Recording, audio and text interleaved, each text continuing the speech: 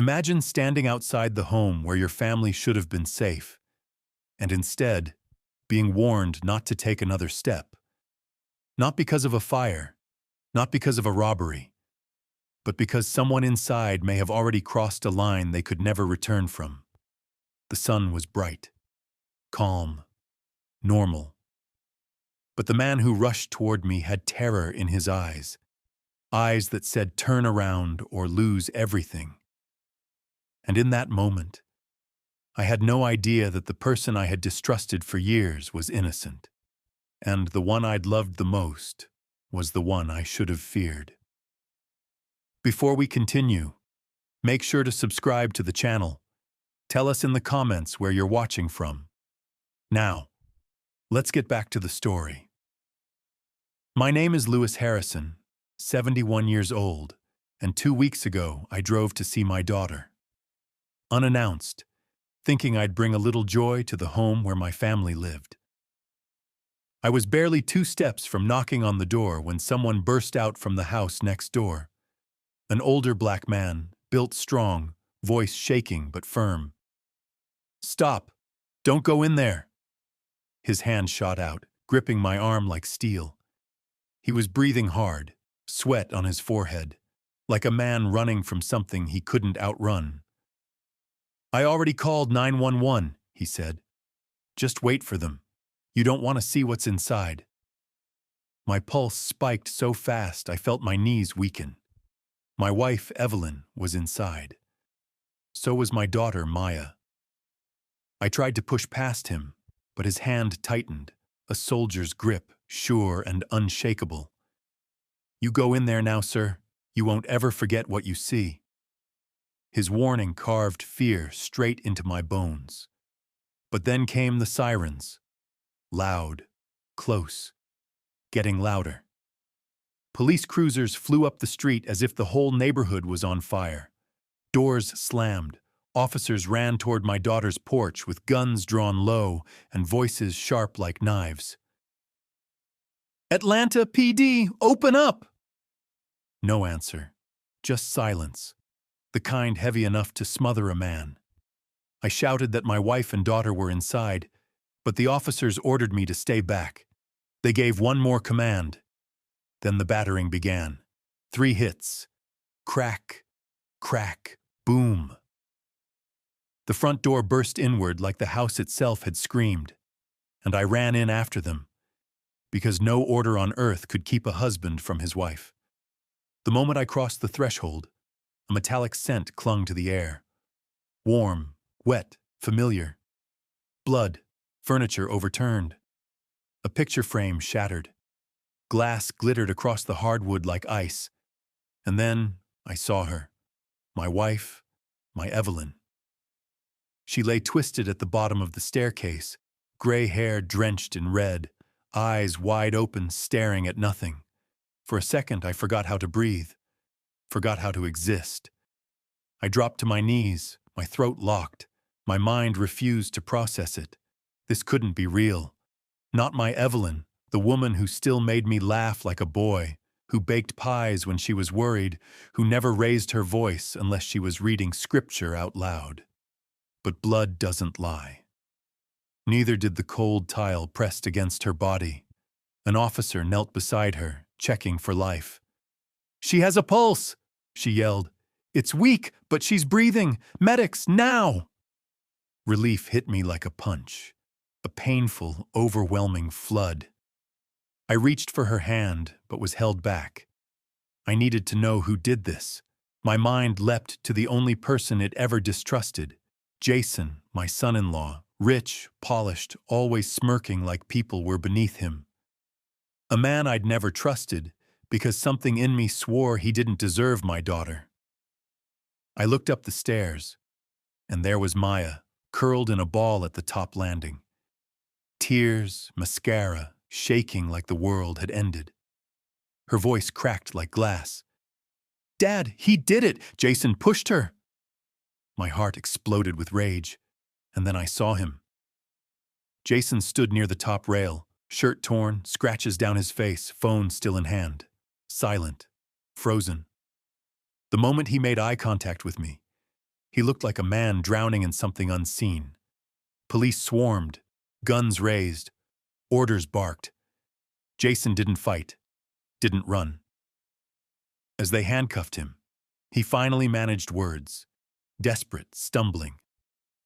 "Mr. Harrison, it wasn't me. Check her laptop." Maya screamed back at him like fire. "Liar!" Her voice tore through the house like thunder, and I believed her. Of course I did. She was my daughter. I had held her when she was a newborn.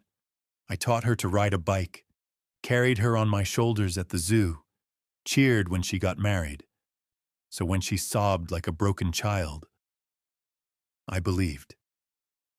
Jason was dragged away, still begging me to listen. "The laptop, please, the laptop." But his voice faded as the door closed, police pushing him into the squad car. And I stood in that ruined living room, glass crunching under my shoes, my wife barely clinging to life. And I thought justice had just been served. But I had no idea that this moment, this belief, was the single greatest mistake of my entire life. Because the real monster wasn't being arrested. She was standing 20 feet above me, crying, shaking, hiding her face in her hands, and calling herself the victim. Maya was standing 20 feet above me, trembling, crying, holding her face like a shattered child. And I, like a blind father, believed every word she said. I believed her tears. I believed her screams. I believed that the man in handcuffs had destroyed my family. And yet, the real destroyer was still in that house, still breathing the same air as my dying wife, still wrapped in the costume of a victim. I couldn't see it then, but truth has a way of clawing its way out, no matter how deep someone buries it. The hospital waiting room smelled like disinfectant and misery. 6 hours had passed. 6 hours since Evelyn was rushed away under blinding white lights. 6 hours with the rhythmic tick-tick of a wall clock stabbing into my skull like a slow execution. Maya was beside me, hair messy, eyes red like fire that wouldn't burn out. She cried until her voice was nothing but broken air. I held her, believing I was comforting a survivor, not knowing I was cradling the storm that caused it all. Finally she spoke, voice hoarse as sandpaper.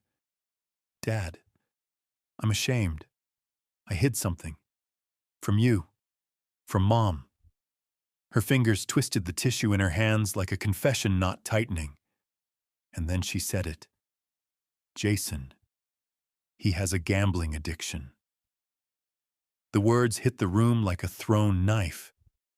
Everything suddenly made sense. The money gone, the tension at home, the arrogance I had always seen in Jason's eyes. It all aligned so perfectly that I didn't question a thing. I should have. Because liars know how to build a truth so beautiful that it blinds you. Maya cried harder, said she had found proof that Jason took $80,000, every dollar Evelyn and I gifted them for a down payment. I remember my blood turning to ice. $80,000. 40 years of saving, 40 years of sacrifice, gone. My heart didn't break. It rotted. I held my daughter like a man holds his last surviving reason to breathe. "We won't let him hurt us again, Dad. Not ever," she whispered. And I believed her again. A father's trust is a dangerous thing, because when a daughter lies, the lie becomes holy. Detective Miller approached us later, notebook tucked under his arm, expression unreadable. He asked us questions, gentle at first, then sharper. He said there was another version of what happened, not from Jason, from the neighbor, the man who stopped me at the door. Henderson, a man who had no reason to lie. He heard a woman screaming. He heard violence. But he also heard Jason shouting something else, something opposite of what Maya claimed. He heard, Maya, stop. You're hurting her. Give me the phone. I need to call for help. The words didn't fit my daughter's story, so I rejected them. Because truth that threatens the heart is harder to accept than a lie that comforts it. Detective Miller mentioned Maya's sealed juvenile record, an assault charge. My body went stiff.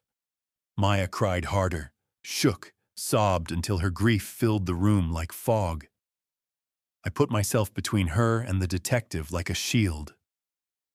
She's the victim here. Jason pushed my wife. My daughter saw it. The detective didn't argue, just wrote something down slowly, like a man documenting a disaster he couldn't stop. He left with a soft warning in his eyes. Not every story is what it seems, Mr. Harrison. But I wasn't ready to hear that truth, not yet. 2 days later, I returned to the house to collect Evelyn's belongings. The broken lamp, the dried blood, the torn carpet, all still there like a crime frozen in time. But outside, on the porch next door, sat Henderson. He didn't wave, he didn't smile. He simply waited for me, like a man holding a truth too heavy to carry alone. He approached slowly, carefully. Mr. Harrison, I know you think Jason hurt your family, but I need you to listen to me. Something in his tone, controlled, military steady, made me stop. He looked me in the eye. Your daughter is the one who screams, every week, about money, every time. My heart skipped. He continued. Jason never raised his voice. Not until the day your wife fell. That day, he was yelling because he was terrified. My throat tightened. He yelled, Maya, stop! You're hurting her before the crash. Not Maya, help! Stop! You're hurting her. It felt like the floor moved under me, because those weren't the words of an attacker. They were the words of a man trying to pull someone off a victim. And I, the husband, the father, had missed it. Henderson's voice softened, but his eyes never blinked. Sir, you're protecting the wrong person. That sentence carved straight through my heart. A father's greatest nightmare isn't losing his child. It's realizing they were the fire, not the victim. I needed truth, something solid, something undeniable. So I hired a lawyer, Angela Russo, a woman who hunted lies for a living. Just 1 day later, she called me in. When she slid those papers across her desk, my stomach turned to stone. The bank transfers, the online gambling sites, every withdrawal was made from Maya's laptop, not Jason's. Every scream, every fight, every missing dollar, all pointed to my daughter. I felt myself aging 50 years in a breath. Angela wasn't done. She showed me emails, real, verified, time-stamped. Jason begging Maya to stop. Maya begging him not to tell me. Jason threatening intervention. Maya refusing to lose control. The truth cracked my world open like an egg on concrete. Jason wasn't the villain. He was drowning while trying to save us. Maya was the one pulling us under. I left the law office numb. Colors looked faded. Cars sounded distant. My heart felt like broken machinery grinding against rust. I sat on a sidewalk bench, alone, old, foolish, and whispered to no one. My God, what have I done? A phone call shook me. Evelyn was awake. I ran. Not walked. Ran like I hadn't run in 30 years. She lay pale, fragile, barely breathing, but alive. Maya was at her bedside, stroking her hair gently, whispering sweet lies like poison disguised as honey. When she noticed me, she smiled, but something in it felt wrong now. Artificial, rehearsed, like a mask fitted too perfectly. The moment she left for coffee, I leaned close to Evelyn and whispered, Tell me the truth, Evie, please, I'm ready. Her eyes found mine, filled not with confusion, but with fear, and a voice like dry leaves scraping pavement left her mouth. It was Maya. The world stopped turning, not because she said it, but because deep down, I finally knew it was true. I didn't breathe for a full second, maybe a full minute. Those 3 words, whispered through cracked lips, shattered the last pieces of the world I thought I knew. It was Maya. I felt heat behind my eyes, the kind that comes just before a man either cries or breaks something. Evelyn's hand trembled in mine, fragile as old paper. She looked at me not like a wife speaking to her husband, but like a survivor warning another victim. And then she told me everything. Her voice was weak but sharp, the truth carving its way through the silence like a blade. Maya had been spiraling for months. She'd lost money, far more than I ever dreamed. Not $80,000, not even close. She owed nearly $200,000 to gambling sites and private lenders. People had been coming to the house. Threats, calls, warnings that didn't sound like warnings. They sounded like countdowns. Jason had been trying to help. He begged Evelyn to tell me, but Maya threatened to cut them off if she did. Maya, my daughter, used love as a weapon. Evelyn tried to calm her, reason with her, convince her to seek therapy or rehab. But when Evelyn said she would tell me the truth, Maya snapped. They fought, pushed. Jason tried to separate them. Evelyn slipped. Her head hit the stairs. Not pushed, not assaulted. An accident born from desperation and chaos. Jason wasn't the villain. The villain was wearing my daughter's face. And she was walking back to the hospital room that very moment, holding 2 coffee cups and smiling like she hadn't poisoned our lives drop by drop. When Maya stepped inside, I looked at her differently. Not like a grieving father, not like a protector, but like a man who had finally seen the shadow behind the light. She handed me a cup. "Dad, you okay?" Her voice was soft, too soft. Like someone rehearsing empathy rather than feeling it. I didn't answer. I couldn't. Evelyn closed her eyes, pretending to rest, but her hand tightened around mine, begging silently, "Say nothing yet. She's dangerous." So I stayed silent, but silence is fuel for a guilty conscience. Maya began talking fast, too fast, filling the room with words like smoke. "Did the detective bother you again? You know they always target the spouse first. Jason's lucky they only arrested him. People like him. People like him." She said it with venom, like she needed him to be the villain to feel safe. Something inside me snapped. I didn't explode. I didn't yell. No, something worse happened. I detached. I looked at my daughter like she was a stranger standing in the ruins of my family, and she could feel it. Her smile trembled. Her eyes darted. Predators can smell when prey stops fearing them. Over the next days, Evelyn healed slowly, memory returning piece by soft piece. Maya kept checking in, always too sweet, too polished, like a person campaigning for innocence.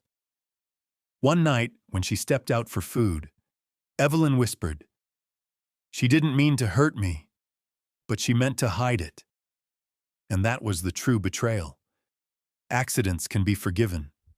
Lies that kill a family cannot. I made a decision, not out of anger, but clarity. If I was going to uncover the whole truth, I needed proof. Something undeniable. Something Maya couldn't twist with tears and trembling hands. So I played the role she needed me to play. Loving father, blind believer, broken but loyal. I pretended to forgive Jason too. Hired a lawyer to get him temporary release under supervision. Maya didn't expect that. Her smile faltered when I told her, "You're defending him?" Her voice cracked like glass. I shrugged gently, voice calm. The court will decide. Not us. She tried to warn me off, subtly. She said Jason was manipulative, sick, addicted. She said he was dangerous. But the more she tried to convince me, the more her desperation smelled like guilt. Real guilt. Not fear. Self-preservation. A liar pushes harder when truth is close. The day Jason was released, I met him outside the courthouse. He looked like a man half alive. Bruised soul, hollow eyes. We sat in my car, rain drumming the roof like distant gunfire. He didn't speak right away. He just stared at the windshield and whispered, "Thank you for listening." I nodded. Evelyn told me the truth. "Everything?" he asked. I nodded again. He exhaled, long, shaking, like someone finally allowed to breathe after months underwater. Then he told me what I feared and needed to hear. Maya didn't just hurt Evelyn. She hurt him too. Financially, emotionally, psychologically. Manipulation disguised as love. Spending hidden behind shared accounts. Threats disguised as panic. When Jason threatened to expose her, she turned the narrative. Painted him as unstable, abusive, volatile. And I believed her. I believed everything, every lie, every tear. Jason's voice broke. I loved her. God help me, I still do. But she was drowning, and she wanted to pull us all down with her. His pain was real, not performed, not weaponized. That's when he said something that froze my blood. She asked me to help fake a burglary to pay her debt. I stared at him, stunned. And when I refused, she threatened to make me take the fall for everything. And you thought she was bluffing? I prayed she was. But she wasn't. She let him go to jail. She let her mother bleed. She built herself into the victim of her own disaster. I drove home with a truth that felt like a loaded gun in my chest. Something had to be done. Maya needed help, real help, not blind forgiveness. But she also needed accountability. I couldn't confront her yet. Not until I had evidence undeniable enough to shatter her walls. So I set a plan. Check the laptop history. Find deleted files. Follow every transfer and transaction. Talk to lenders. Talk to neighbors. Dig where she never expected her father to dig. And there, buried deep in deleted folders, was the knife that would end her lies forever. Recorded arguments. Not one. Dozens. Audio files. Jason pleading for her to stop. Maya screaming about money. Maya threatening Evelyn. Maya saying she'd rather lose everything than lose control. And one file, time-stamped the day of the fall. I played it. Evelyn begging Maya to calm down. Jason shouting for help. A struggle, a stumble, a scream. A body hitting wood, and Maya whispering, "No one will believe you. A daughter I raised, held, loved, and she became the wolf." The audio kept playing, even after I froze. Even after my hand stopped responding. Even after my breathing turned mechanical, shallow, broken. Maya's voice, my child's voice. Not the sweet little girl who used to bring me hand-drawn cards on Father's Day. Not the teenager I cheered for at graduation. Not the daughter whose wedding I paid for with proud tears in my eyes. But a voice stripped of innocence. A voice that sounded like survival mixed with madness. When the last audio clip ended, I just sat there for a long time, staring at the laptop screen like the truth might disappear if I blinked long enough. But truth doesn't vanish. Truth waits. Truth grows teeth. And mine had just sunk deep into my heart. The confrontation. I didn't burst into Maya's room screaming like movies show people do. I walked. Slow, controlled, with purpose. Truth doesn't need volume to be lethal, it just needs accuracy. I found her in the kitchen, humming softly as she stirred cream into her coffee. Peaceful, calm, like someone whose world was built on lies and felt safe because no one had challenged it. She smiled when she saw me. "You're up early, Dad." Her innocence was a masterpiece, but now I could see the cracks like fractures under polished varnish. I set the laptop on the table between us and clicked play. The audio began loud in the quiet kitchen. Her voice, cold, vicious, saying words that no daughter should speak. Her smile faded. Her eyes darted to the laptop, then to me. She didn't breathe for 5 seconds, maybe longer. The mask was slipping. Her voice was a whisper, thin as spider silk. "Where did you get that?" I didn't raise my voice, didn't accuse.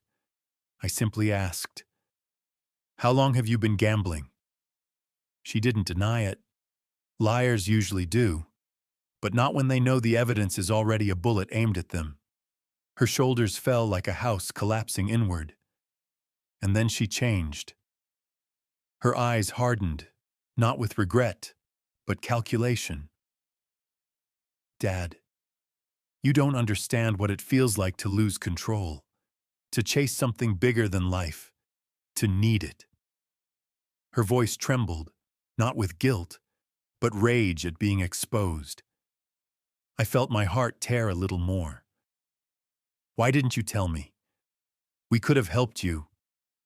She slammed her hand against the counter, coffee splashing like dark blood across marble.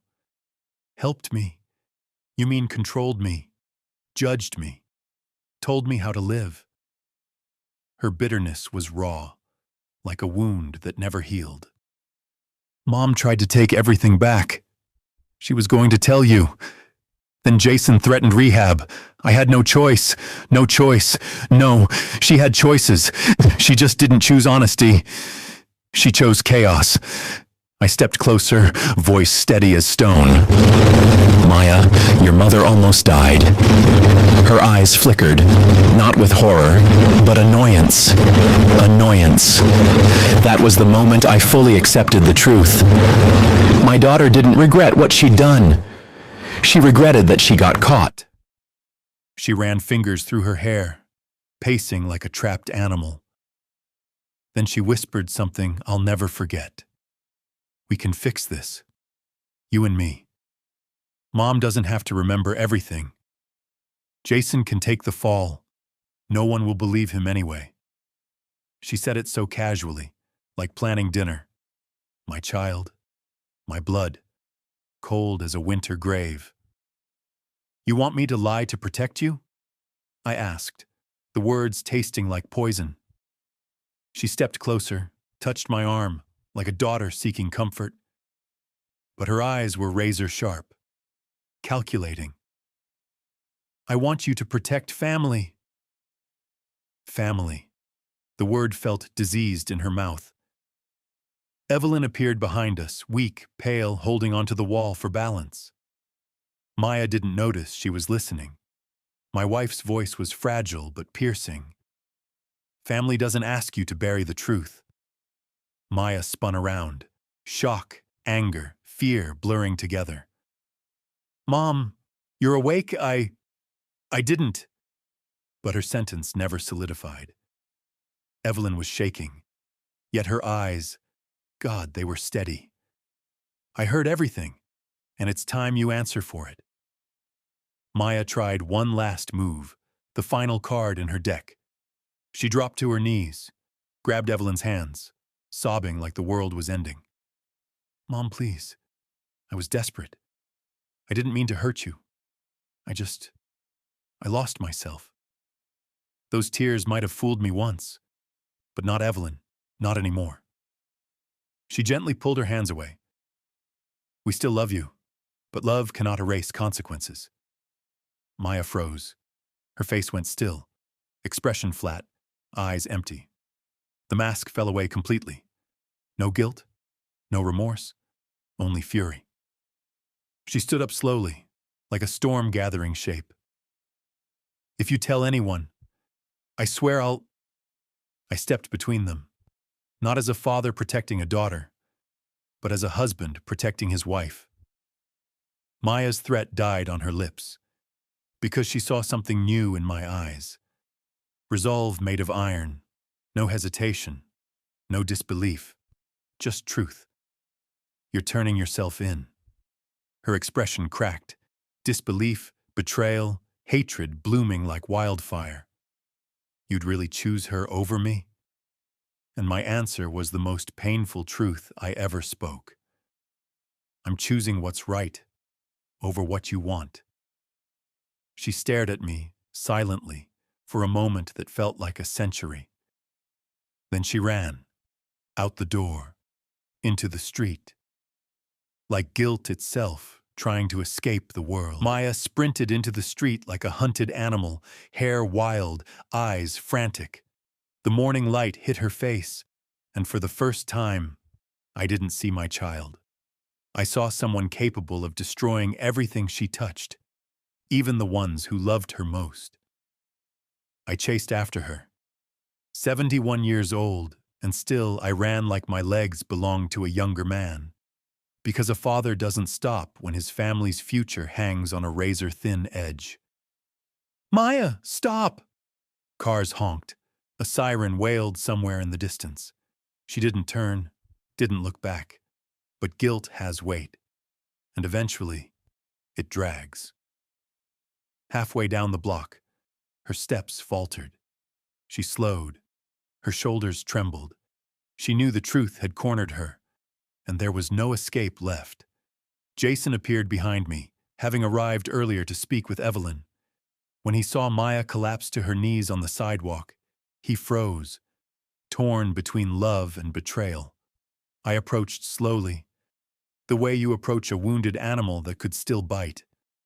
Maya looked up at me, mascara streaked like ink bleeding across paper. Dad, don't do this. I'm your daughter. Her voice, familiar, soft, devastating. It almost broke me again. Almost. But the truth stood beside me like a second spine.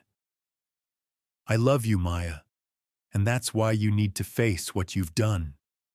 She shook her head violently, crying, whispering, bargaining. We can hide it. Start over, please. I held her face in my hands gently, the way I did when she was a little girl, terrified of thunder. Starting over begins with accountability. Police cars turned the corner. Blue and red lights washed across the street like judgment. She saw them. Her eyes widened. Her mouth opened to scream, maybe plead, maybe curse the world for not bending to her lies. But then something changed in her face. Not peace, not acceptance, a release, like a worn-out soul finally giving up the weight it carried for too long. She put her hands forward, trembling. The officers cuffed her gently, speaking with care. She didn't resist. Not this time. Jason cried quietly, tears of grief for everything that could have been. Evelyn stood in the doorway of the house, weak but alive, eyes filled with both pain and love. And I watched my daughter taken away. Not because I hated her, but because love without truth becomes poison. As the police car drove off, Evelyn leaned against me and whispered like wind through leaves. Maybe now she can heal. Maybe she could. Not today, not tomorrow, but someday, when the lies no longer rule her life. Justice doesn't always look like victory. Sometimes it looks like the beginning of redemption. Maya was sentenced to mandatory therapy, addiction rehabilitation, and time in treatment custody, not prison.